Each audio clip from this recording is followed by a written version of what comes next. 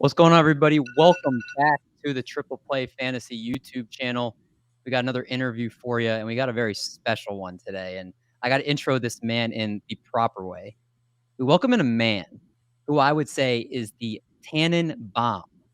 He's the former general manager for the New York Jets, former executive vice president of football operations for the Miami Dolphins, an ESPN NFL front office insider, and the founder of the pristine 33rd team, which is football's think tank.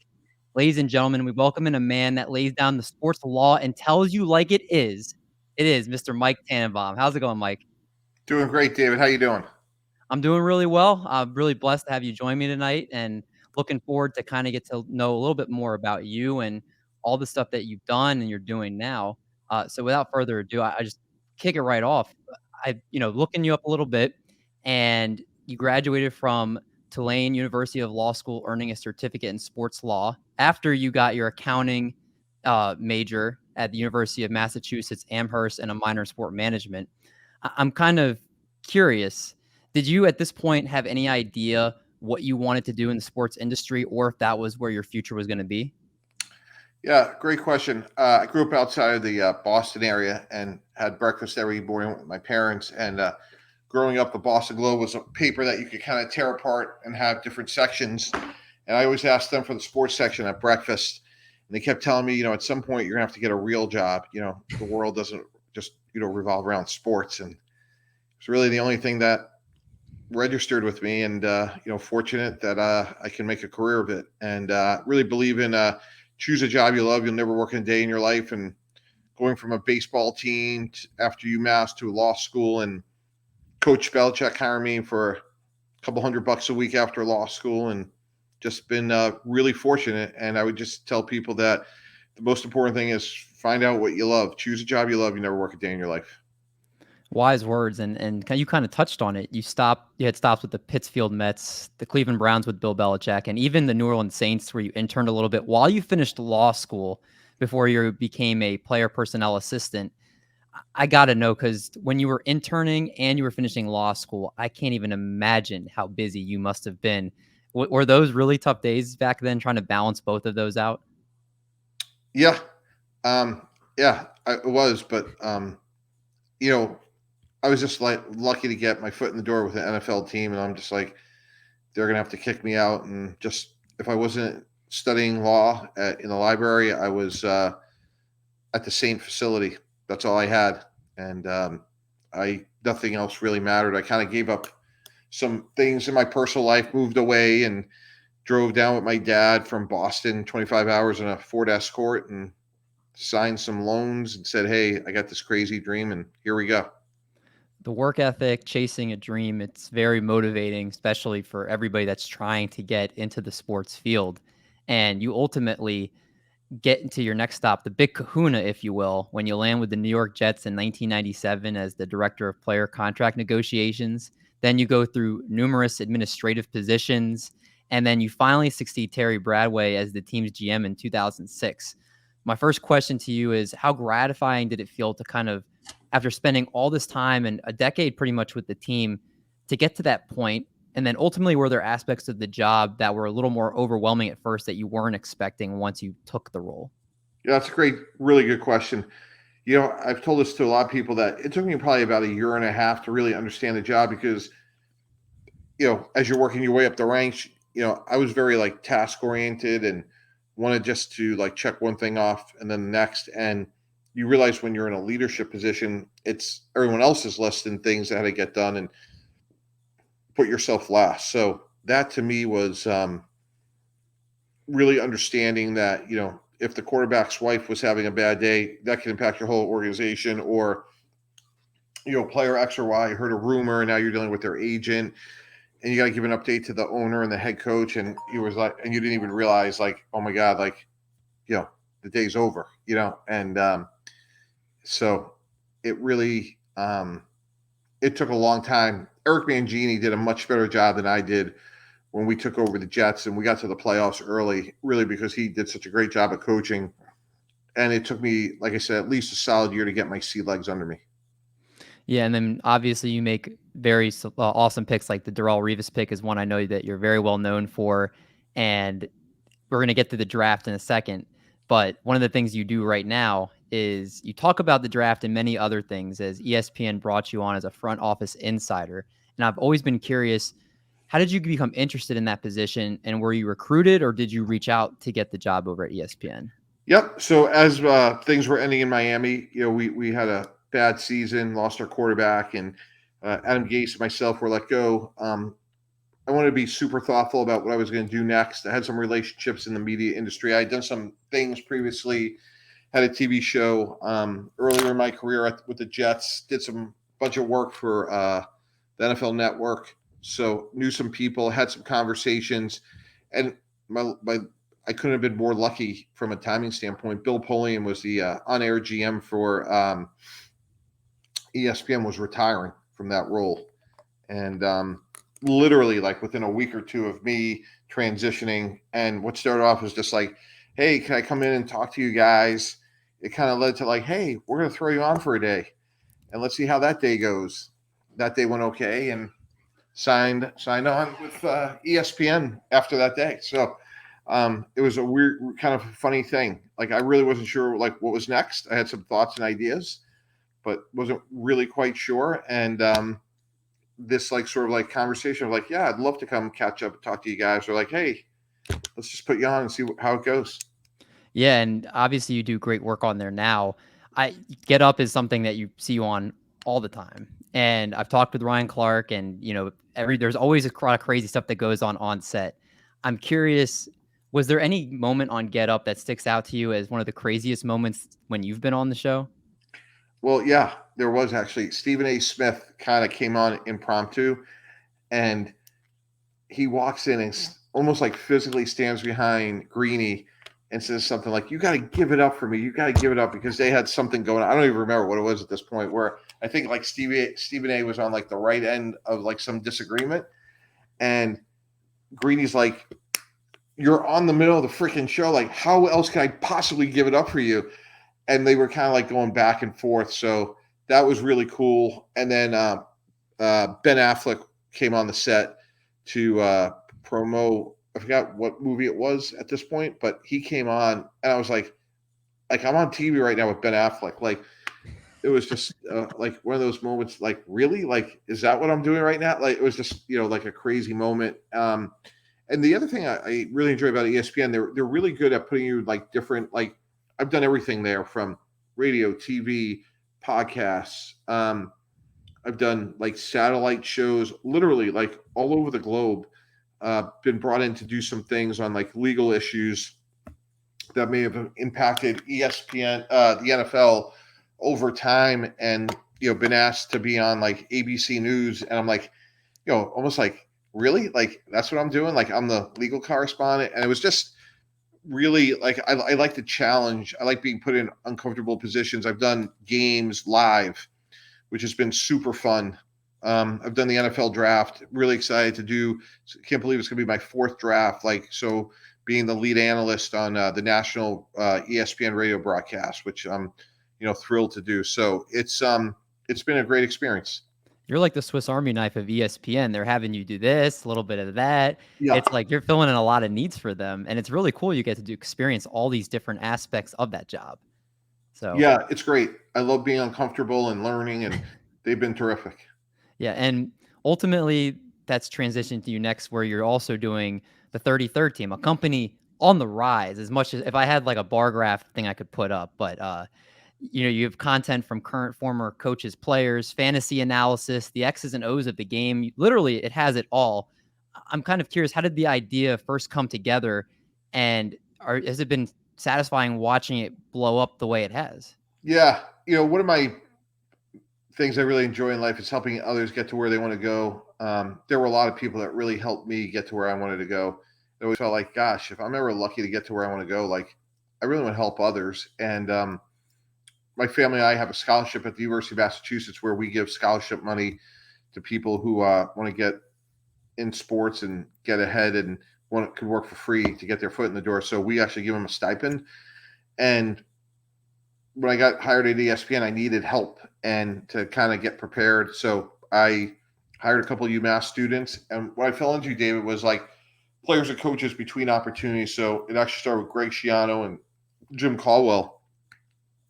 I said, hey, I could get you some interns, and from there, like away we went, and all our content's free, and we just put it out there, and people like yourself help. We're incredibly appreciative of, and we just want to put out thoughtful content around the discussion of football, and then proudly, one of our real missions is to put men and women in the NFL, and we've placed 14 of them in 18 months.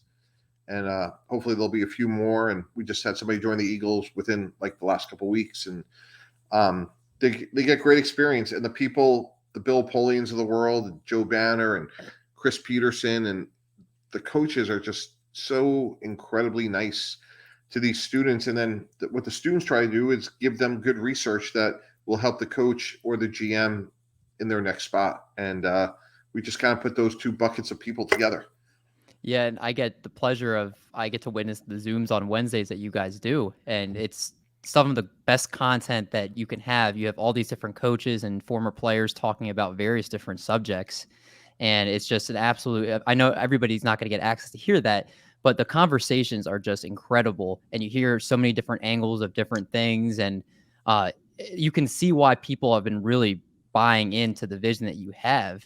And it shows how great of a person you are, that you have all these connections with all these guys, all these former coaches and players, that they all want to come in and be a part of that. So I think that's a testament to you and just how well you just are with every single person you come in contact with. And I also hear that from the insider, Benjamin Elsner, who does a lot of stuff for you, talking about when you walk down the street and 20 or 30 people will come up to you and just start having conversations with you. And you're just, you give everybody the time. And I think, again, it just kind of summarizes up just how great of a person you are giving your time to all these people. No, I appreciate that. I really do. And I would just say that, be it Ben or yourself or whomever, like, I could just tell you all the kindness that was given to me. Like, again, I think about people like Bill Parcells and Bill Belichick, um, hiring me and giving me opportunities, and the kindness, like, so a person I look up to quite a bit is Curtis Martin, and Hall of Fame running back, and a way better person than that, or guys like Chad Pennington, and I just on and on and on. People I've come across that are just so selfless, and again, to the extent I can help others get to where they want to go is something that's just really, really important to me. And like you said, there's been many that have gotten that already and a lot more to come. But we touched on it before, the NFL draft. It's a little over a week away. Not much love for quarterbacks this year. It's a down year for that position, very rich at the wide receiver position. My first question is to you, just as a former GM. How many guys, when you would do a draft, are you realistically putting on your board to take? And then how hard is it to keep your ideal selection hidden? Because in today's media, when information comes out of who people like, it's all over Twitter. It's got to be hard to keep that in house. Yeah. So, Coach Parcells in 06, I'm doing my first draft, and like I check in with him like every day. And he was always had this number like 115, 120, like the number of players on the board. And he was like the standards are the standards. Like what you want at the position is really important. Um, and you should not like deviate from that. So and that's hard. That's easier said than done, because you don't want to be in a position where like you can have exceptions, David, but you don't want a team of exceptions. And those guidelines need to be like things that you care deeply about. So that's one thing that's like the mistakes I've made is when we go off of those sort of like objective indices. And that's, again, not to say that dogmatically you're drafting a team just based on analytics. And the irony is like nobody believed more in that than Coach Parcells. It's just information, but it's how it's couched, how it's used, that's so important. Yeah, and ultimately, I'm sure once the actual draft is there, there's a lot of surprises that happen and guys fall to you. I heard you just today on Twitter talk about Laremy Tunsil falling to you guys with the Dolphins, and you guys didn't think he was going to be there for you. And you had him, I believe you said, as the top player on your board, if I'm not mistaken, correct? Yes. So something like that happens, and you kind of have to maybe alter your plan some. Is there a lot of adjusting on the fly, or do you feel like uh, there's a lot more set plans in how people draft than people realize? I think it's a little bit of both. Like you want to have your board set, David, and then you want to be opportunistic from there. So that it's really a combination of those two things. I always used to say like our plan is firmly etched in pencil. I mean, we're going to go in there with like a couple of things we want to get done, like going back to the Tunsil thing. We had a really good left tackle in Brandon Albert, and then all of a sudden Laremy was there. It's like, gosh, how can we not take him? And all rookie, and the rest is history. I've always been curious when you are at NFL draft and you're looking to move up, do you have to divulge which player you're taking just so a team's like, okay, I'm not interested in that player, so I'll trade with you, and like, oh, we were gonna take that guy, so we're not going to trade with you. Yeah, that's a really good question. I think that's really based on trust and transparency. Like you're playing poker, you got to do what's best for your team. So there's a little like sort of like give and take. So it's that's a hard one, but you got to give enough. It really comes down to like needs and surpluses and talking to teams, and there's a little bit of a trust factor to say, hey, like we would trade Darrell Revis or we would trade this player, knowing that unfortunately that may get out, this time of year. Yeah, it makes a lot of sense. And specifically for this draft, I know you've obviously been covering a ton of it for ESPN, 33rd Team. You guys have talked about it. Are there some players you feel really strongly on in the first round on the offensive side of the ball that you find yourself being like, hey, if this team doesn't draft this player, they're going to regret it? Garrett Wilson, I think he's a really good player. I don't see any holes in his game whatsoever, and I think he's a guy that, barring something unforeseen, David, should have a really strong and consistent career. I think he makes people miss. He has good hands, good route runner, good play speed. I'm hard pressed to see any holes in his game. And how do you feel about Treylon Burks, who before the pre-draft process was considered by many the number one wide receiver in this draft, and after the combine, I've seen people have him as low as like the fifth or sixth off the board. Where's he fallen for you? Yeah, probably like top 45 player or so. Big physical guy. Not sure about his tempo play speed, but I think he's a really, really strong, good player. Should be a good pro for a number of years. What about one running back that's not Kenneth Walker or not Breece Hall that you're very much, hey, this is the number 3 guy that people should be talking about? I like Brian Robinson. I think he's a player that, when you look at his skill set, I think he's like one of the old fashioned two down runners, but he's physical. He can make people miss. And I think he's a player, a little bit like a player we had, Jay Ajayi, who wasn't great on special teams, wasn't great in the passing game, but boy, you're just glad he's on your team and he can make meaningful yards. Yeah, for sure. He's a very tough runner and has the experience, obviously, playing multiple years out in college there. I got to ask you, Mike, one of the last things I want to wrap up with here. I got to ask you a little bit about golf. You got a golf shirt on. You got golf in the picture behind you. I always wanted to ask you about your golf game. First, what's the best score you've ever shot? There was an 82. That's pretty good. Pretty good. What's the best part of your golf game?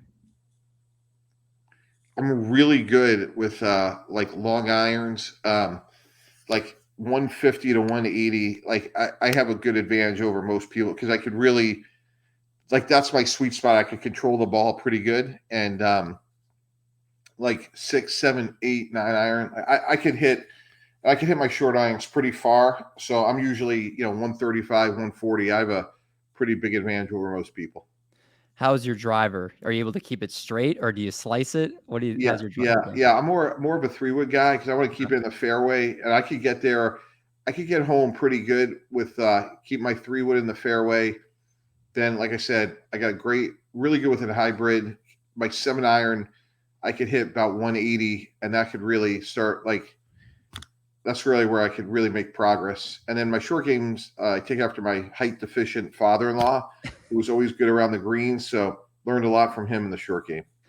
What's a bit of chipping advice? Because I actually started playing in the last maybe 6 months or so, and I'm almost breaking 100. So I'm That's very good. much not near your level, but I'm very much having problems chipping the ball and getting it where I want it to go. What's your best chipping advice? Yeah, you want to put the weight on the front of your body, and you really want to make sure that you're still following through even on the short game. And you should, modulate your sort of like backswing, but you want to come through the ball, have the weight on the front side of your body, keep your head down, and really try to figure out where you want to land the ball as much as anything. I'm going to be having that advice buzzing in my head when I go and play next. Hopefully, your words of wisdom, I can break 100 and I can get closer to playing a bogey type of golf here. Uh, that's awesome. I do you have a favorite course you've ever played on? Probably the one right behind me. That's Bandon Dunes out in Oregon, Bend, Oregon, Ooh. which is on the Pacific coast. It's just gorgeous, and it's just one hole is more gorgeous. I've been very fortunate. Played Spyglass and Pebble, and but I probably put Bandon up there with any of them. All right, I'm making my summer plans right Pine now. Valley is also very hard. I probably shot like a 120 there one time. Where's that? New Jersey, Pine Valley. It's all traps. It was disgusting. I was awful. I started off bad. It got worse. What part of But New? Because my wife is from New Jersey, and we go yeah, up there it's all the right time. outside of Philly, but they have great turtle soup. That was the highlight of the evening. Drown out your sorrows in the turtle soup after that. Yeah, exactly. Oh, well, Mike, thank you so much for coming on the show tonight. Absolute blast being able to talk with you. Golf, football, your career, and your life up to this point. Thank you so much for joining me.